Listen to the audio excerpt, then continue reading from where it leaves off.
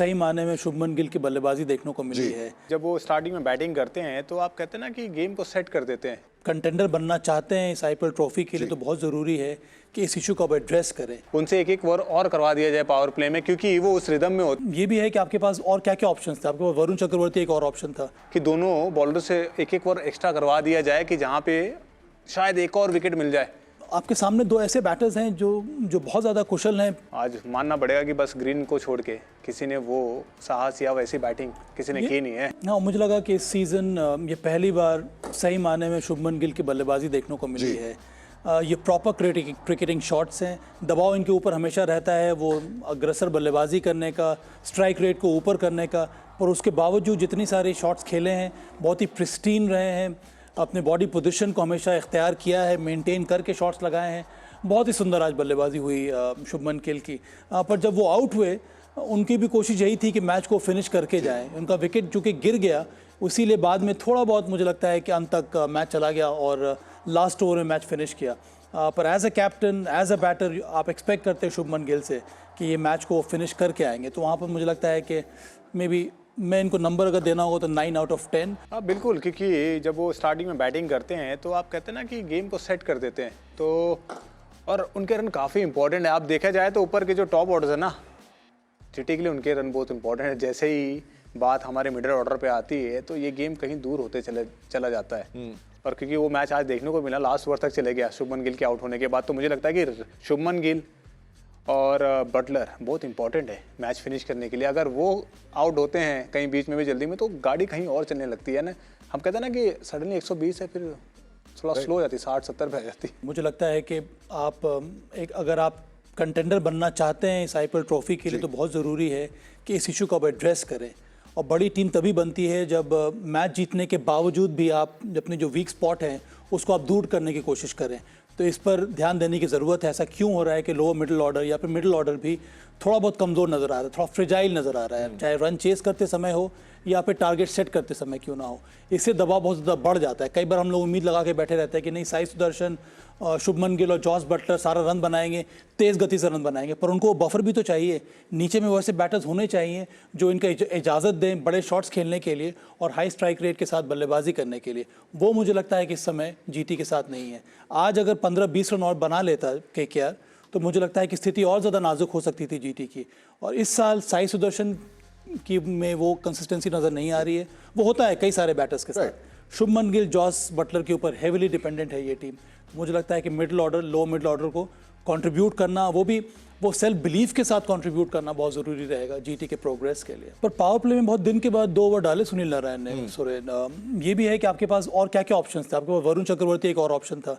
वरुण चक्रवर्ती ने वो फॉर्म दिखाया नहीं है तो आपको बैक करना पड़ा अपने मेन बॉलर सुनील नारायण के ऊपर। वो गए वहाँ पे, पर आपके सामने दो ऐसे बैटर्स हैं जो बहुत ज़्यादा कुशल हैं टॉप क्वालिटी बॉलिंग के सामने भी। शुभमन गिल और साई सुदर्शन ने वही किया। पावर प्ले में एक बार आपने अपने रन्स बना लिए हैं इस रन चेज में, तो फिर वहाँ से वापस आना, विकेट लेना और मैच जीतना बहुत ही मुश्किल हो जाता है। आज केकेआर के साथ भी वही हुआ।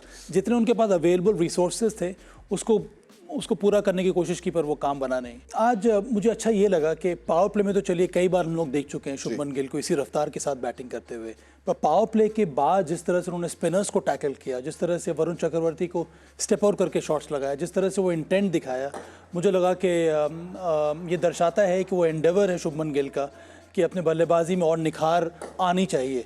उस हिसाब से आज बल्लेबाजी की है। ओपन करना और मैच को सामने आके लेकर जाना, वो रिस्पॉन्सिबिलिटी के साथ शॉट्स लगाना, कौन से बॉलों को कब टारगेट करना है, ये सारी चीज़ें नज़र आती हैं। ये कहना बड़ा आसान होता है कि आपको जाके बड़े बड़े शॉट्स लगाने हैं, पर ये कप्तान है, इनके ऊपर जिम्मेदारी है। इनको ये भी मालूम है कि मेरा जो मिडिल ऑर्डर, जो लो मिडिल ऑर्डर है, थोड़ा बहुत नाजुक है, तो उसको ध्यान में रखकर जिस तरह की पारी खेली, रिचली डिजर्व। एक तो ये पारी भी और वो ऑरेंज कैप भी। नॉर्मली ये सब चीज़ें जब होती है ना, जब आपके बॉलर ओपनर जब स्टार्ट कर रहे हैं, अगर वो अच्छा डाल रहे हैं, वो विकेट ले रहे हैं, तो आप कोशिश करते हैं कि उनसे एक ओवर और करवा दिया जाए पावर प्ले में, क्योंकि वो उस रिदम में होते हैं और वो विकेट निकाल के दे रहे हैं। तो अगर आप वहाँ पे 1 और 2 विकेट आउट कर देंगे ना, तो आगे वाली टीम का मनोबल आप वहीं तोड़ देते। तो वही कोशिश थी शुभमन गिल की कि दोनों बॉलर से एक ओवर एक्स्ट्रा करवा दिया जाए कि जहाँ पे शायद 1 और विकेट मिल जाए, तो जो आगे वाली टीम का मनोबल वैसे गिर जाएगा। क्योंकि ऑलरेडी हमने देखा है कि केकेआर का जो टॉप ऑर्डर है वैसे ही स्ट्रगल कर रहा है, तो मिडल ऑर्डर की भी बारी आई, बट आज मानना पड़ेगा कि बस ग्रीन को छोड़ के किसी ने वो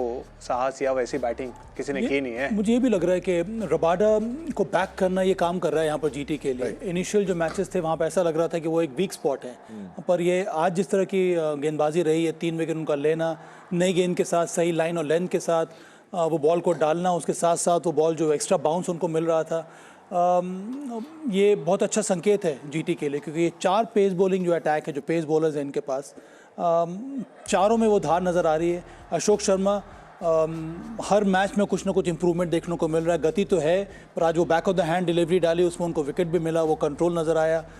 तो much improved bowling performance from GT. और ये एक ऐसी टीम है सिर्फ एक स्पिनर के साथ खेल रही है। एक ये टीम है और एक पंजाब किंग्स है, जिनके 5 बॉलर में सिर्फ एक ही स्पिनर है। नॉर्मली आईपीएल में हम देखते हैं कि आपके पास 2 स्पिनर्स होने चाहिए, पर अच्छी बात यह है कि इनके पास, इनकी बेंच स्ट्रेंथ में, इनके स्क्वाड में एक और स्पिनर है, साई सुदर्शन। तो जब ज़रूरत पड़ेगी तो उनको भी आप मैदान में ला सकते हैं। शुरुआत में थोड़ा संघर्ष देखने को मिला था। आई थिंक पहले जो 25 रन बनाए थे वो रन बॉल थे कैमरून ग्रीन के लिए। 2 विकेट उस समय गिर गया था जब वो आए बैटिंग करने के लिए। पर अच्छी बात यह है कि जो स्किल को देखकर इनको ख़रीदा गया है ऑक्शन में, वो आज सामने आया है। ये माने जाते हैं इस तरह के शॉट्स खेलने के लिए। वो पावरफुल बैटर, स्ट्रॉन्ग बेस बनाकर, अच्छा ये लगा जिस तरह से उन्होंने राशिद खान को 13 गेंदों में 32 रन बनाए, वहाँ पर फुटवर्क नज़र आया, लेंथ को अच्छा पिक किया। पावर तो है, मुझे लगता है थोड़ा और विश्वास और भी इनके ऊपर लाना होगा। अंतिम के जो ओवर में अगर इनको स्ट्राइक ज़्यादा मिल जाता तो निश्चित रूप से हम केकेआर 200 से ऊपर चला जाता। वहाँ पर एक कॉमन सेंस की अप्रोच की ज़रूरत थी, जो हमें नज़र आया नहीं। रमनदीप ने 2 चौका लगाया, उसके बाद ज़रूरत थी कि आप स्ट्राइक रोटेट करके कैमरून ग्रीन को दे दें, वो हुआ नहीं, वहाँ पर विकेट गिरा। सुनील नारायण ने 5 गेंदें खेली, 5वें गेंद पर आउट हुए, वही वाली एक गेंद जो है वो बल्ले पे लगी। स्ट्राइक रोटेट करने की कोई उन्होंने भी कुछ इच्छा जाहिर की नहीं। तो मुझे लगता है कि उस लिहाज से देखा जाए तो कैमरून ग्रीन की पारी काफ़ी अच्छी रही है। मुझे लगता है कि ये थोड़ा बहुत कॉन्फिडेंस ज़रूर देगा केकेआर को गोइंग फॉरवर्ड। सुमन गिल का एक कमाल का कैच भी लिया था। वही मुझे लगा कि इतना अच्छा कैच पकड़ा था डीप में, तो अगर वो फिट हैं तो फिर ओवर करवा देना चाहिए था। वो भी ऐसे विकेट पे जहाँ पे बाउंस मिल रहा था। जीटी के बॉलर्स को जो विकेट मिला है वो एक्स्ट्रा बाउंस से मिला है। ये सुपर्ब एफर्ट है। आप डीप में फील्डिंग कर रहे हैं, वहाँ से बॉल को वॉच करना बहुत कठिन हो जाता है।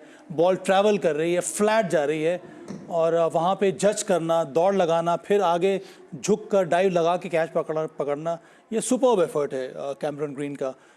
टॉल गाय, इनके लिए नीचे इतना झुकना ही बहुत मुश्किल है, पर वो सब कुछ बहुत ही आसानी से और बहुत ही स्मूथली किया है यहाँ पर कैमरून ग्रीन ने।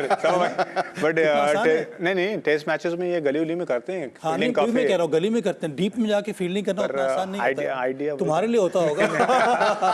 फास्ट बॉलर के लिए कोई काम आसान नहीं है। फास्ट बॉलर के लिए कोई काम आसान नहीं है।